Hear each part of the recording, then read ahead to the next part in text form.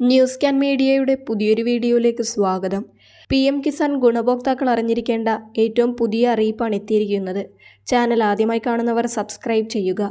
നമ്മുടെ രാജ്യത്തെ ഏറ്റവും വലിയ ക്ഷേമ പദ്ധതികളിലൊന്നാണ് PM കിസാൻ സമ്മാൻ നിധി.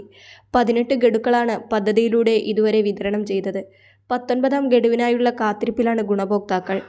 PM കിസാൻ്റെ ഭാഗത്തു നിന്നും പ്രധാനപ്പെട്ട ഒരു അറിയിപ്പാണ് ഇപ്പോൾ എത്തിയിരിക്കുന്നത്. PM കിസാൻ ഗുണഭോക്താക്കൾ നിങ്ങളുടെ ആധാർ കാർഡ് പുതുക്കിയിട്ടുണ്ടോ എന്ന് ഉറപ്പുവരുത്തണം. കാരണം ആധാർ കാർഡ് പുതുക്കാത്തവരുടെ ആധാർ എല്ലാം ബ്ലോക്ക് ആകും.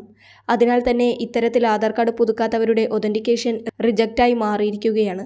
ഈ ഒതൻറ്റിക്കേഷൻ റിജക്റ്റ് ആകുക എന്നുള്ളത് നിങ്ങളുടെ ആധാർ ബ്ലോക്ക് ആകുക എന്നതാണ്. അത്തരത്തിൽ ആധാർ ബ്ലോക്ക് ആകുമ്പോൾ അതിലുള്ള സർവീസുകളെല്ലാം തന്നെ ബ്ലോക്ക് ആകുന്നതാണ്.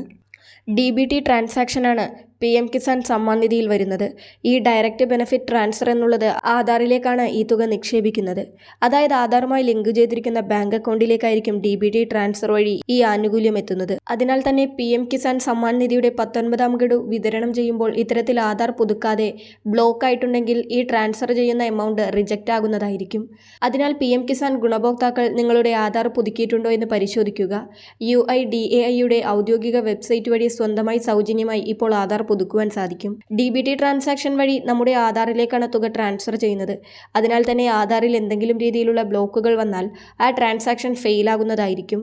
ആധാറുകൾ ഇനിയും പുതുക്കാത്തവർ അത് എത്രയും വേഗം പുതുക്കുവാൻ ശ്രദ്ധിക്കുക. PM കിസാന്റെ 19ാം ഗഡു ജനുവരിയിൽ തന്നെ ലഭിക്കുമെന്നാണ് സൂചനകൾ എത്തുന്നത്. ഇനി അവസാനമായി നടക്കുവാനുള്ള പ്രോസസ് PFMS ആണ്. നമ്മുടെ ട്രാൻസാക്ഷൻസ് എല്ലാം കൺട്രോൾ ചെയ്യുന്നത് ഈ PFMS ആണ്. ഇതിൽ നമ്മുടെ ട്രാൻസാക്ഷൻ ഡീറ്റെയിൽസും മറ്റെല്ലാ കാര്യങ്ങളും ഇന്നും നാളെയും ഒക്കെയായി വരുന്നതായിരിക്കും. അതിനാൽ ജനുവരിയിൽ തന്നെ 2000 രൂപ കർഷകർക്ക് ലഭിക്കുവാനാണ് സാധ്യത. ജനുവരി 25-ന് ഒരു കർഷക മീറ്റിംഗ് ഉണ്ട്. ചിലപ്പോൾ ആ ദിവസവും തുക വിതരണം ചെയ്യാൻ സാധ്യതയുണ്ടെന്ന സൂചനകളും ഇപ്പോൾ എത്തുന്നുണ്ട്. വളരെ പ്രധാനപ്പെട്ട ഇൻഫർമേഷൻ മറ്റുള്ളവർക്ക് കൂടി ഷെയർ ചെയ്യുക.